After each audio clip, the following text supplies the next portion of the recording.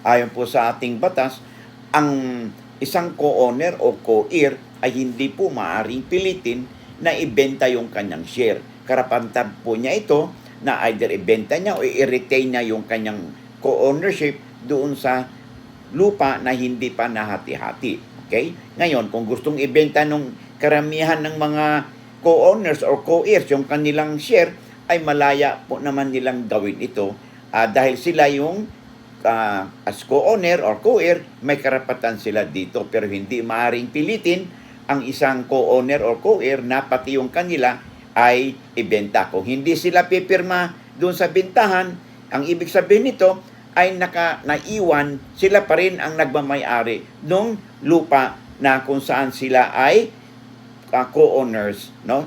Tulad nung kanyang mga kapatid o kamag-anak. Lamang na kayo pag may alam sa batas.